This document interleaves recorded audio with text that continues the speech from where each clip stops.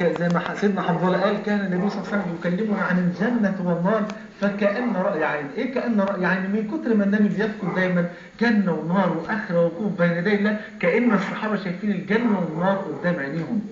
فابن عمر بيقول قلما كان النبي يقوم من مجلس إلا وهو يقول اللهم اقسم لنا من خشيتك ما تحول به بيننا وبين معصيك.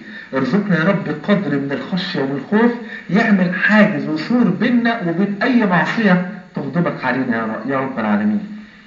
اللهم إني أسألك اللهم اقسم لنا من خشيتك ما تحول به بيننا وبين معصيك ومن طاعتك ما تبلغنا به جنتك ومن اليقين ما تهون به علينا مصائب الدنيا. الله، كان النبي دايما لما يجلس مع الصحابة قلما يقوم من المجلس إلا ويدعو بهذا الدعاء العظيم.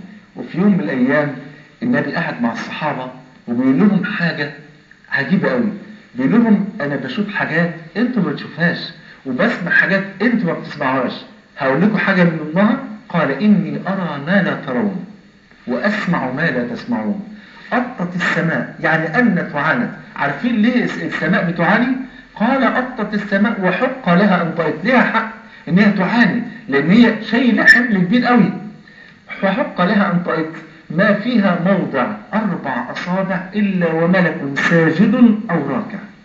والذي نفسي بيده لو تعلمون ما أعلم. أنا مش هقدر أقول لكم على كل حاجة. لو تعلمون ما أعلم لضحكتم قليلا ولبكيتم كثيرا ولخرجتم إلى الصعودات تفترون إلى الله عز وجل ولما تلذذتم بالنساء على الفرش.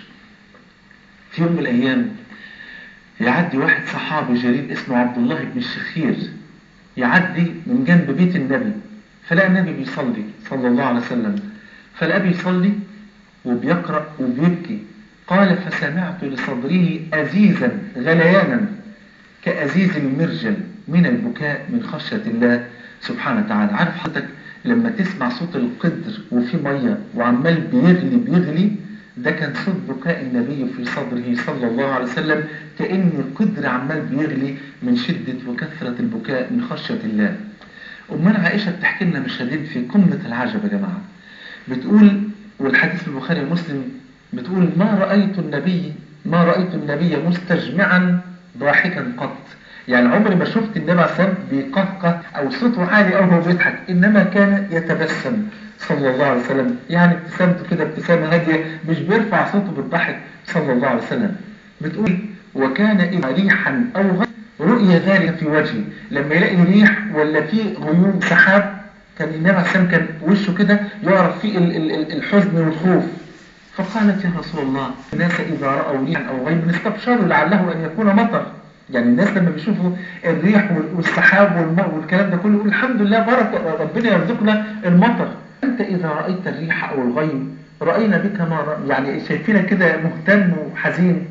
قال وما يدريني يا عائشة لعله أن العذاب لقد عذبت هي قوم عاد فقالوا هذا عارض ممطرنا بل هو ما استعجلتم به ريح فيها عذاب أليم تدمر كل شيء بأمر ربها. فكان النبي لما يشوف ريح أو غيم سحاب كان يخاف ويحزن ويرى ذلك في وجه النبي صلى الله عليه وسلم لحد ما السحاب ده يعدي أو يمطر.